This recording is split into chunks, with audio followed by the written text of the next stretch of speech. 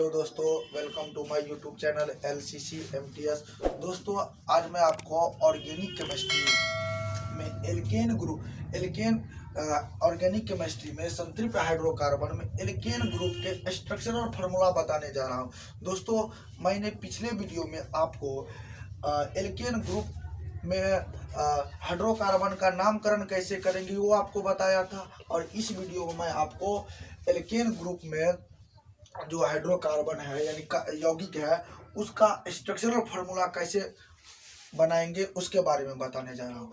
दोस्तों, हमको ये पता होना चाहिए कि एल्केन ग्रुप में कार्बन कार्बन परमाणु के बीच हमेशा सिंगल बॉन्ड का यूज होता है।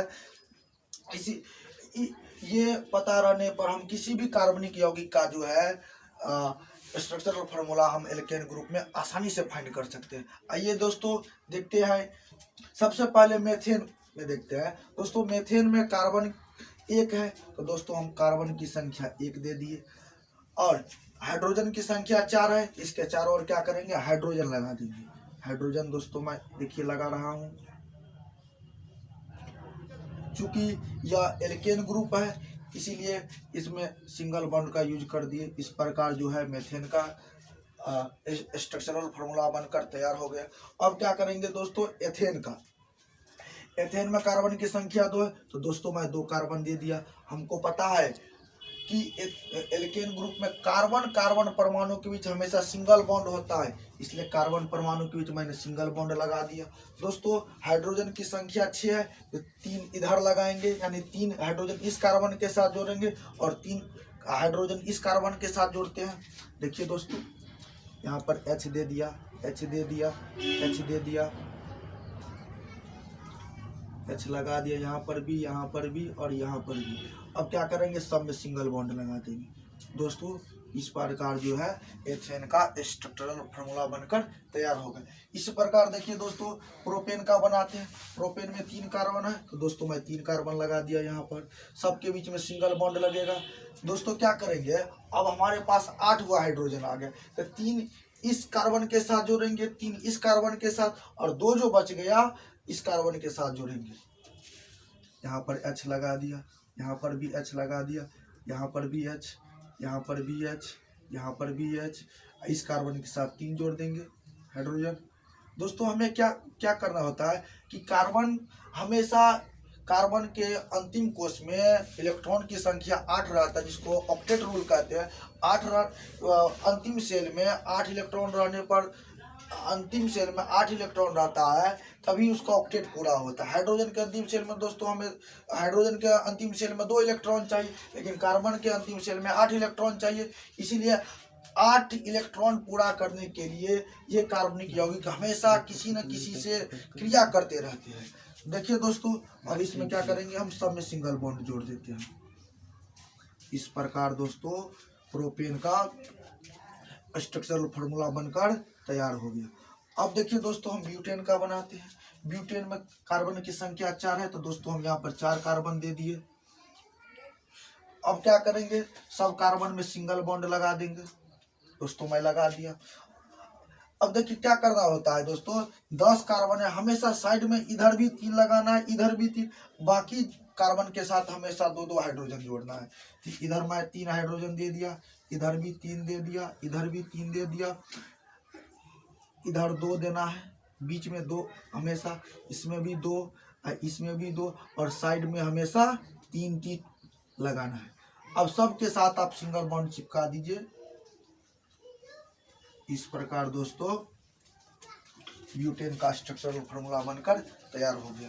दोस्तों, इसी तरीका से हम इसको भी कर सकते हैं। इसमें 5 कार्बन है, तो मैं 5 कार्बन दे दिया, सब में सिंगल बॉन्ड लगा दिया, सब में सिंगल बॉन्ड लगा दिए। 12 हाइड्रोजन है, इसके साथ 3 हाइड्रोजन जोड़ देंगे, इसके साथ भी 3, इनके साथ 3, इसके साथ भी 3, और बाकी के साथ कितना लगाना है, सबके साथ 2-2।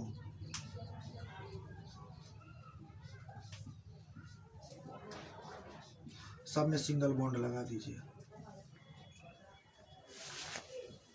इस प्रकार दोस्तों पेंटेन का स्ट्रक्चरल फार्मूला बनकर तैयार हो गया। दोस्तों, हम इसका स्ट्रक्चरल फार्मूला के अलावा हम कंडेंस्ड फार्मूला भी निकाल सकते हैं। देखिए दोस्तों, इसका अगर मेथेन का कंडेंस्ड फार्मूला निकाले तो देखिए दोस्तों क्या होता है। अगर एक कार्बन है, इसके साथ क्या हाइड्रोजन होता है 4। इसका फार्मूला बोलिए या कंडेंस्ड फार्मूला बोलिए, इसका यही होता है CH4। लेकिन अगर एथेन का करें तो एथेन का कंडेंस्ड फार्मूला क्या होगा दोस्तों। देखिए ये कार्बन एक है, ये कार्बन इसके साथ हाइड्रोजन कितना लगा है 3, तो CH3 हो गया।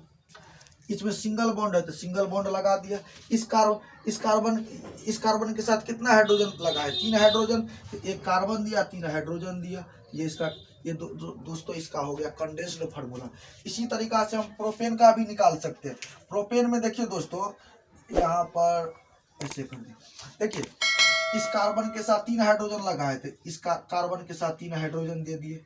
बीच में सिंगल बॉन्ड तो सिंगल बॉन्ड। इस कार्बन के साथ 2 हाइड्रोजन, तो दोस्तों मैं यहाँ पर 2 हाइड्रोजन दे दिया। फिर सिंगल बॉन्ड तो सिंगल बॉन्ड। इस कार्बन के साथ 3 हाइड्रोजन, दोस्तों मैं इस कार्बन के साथ 3 हाइड्रोजन दे दिया।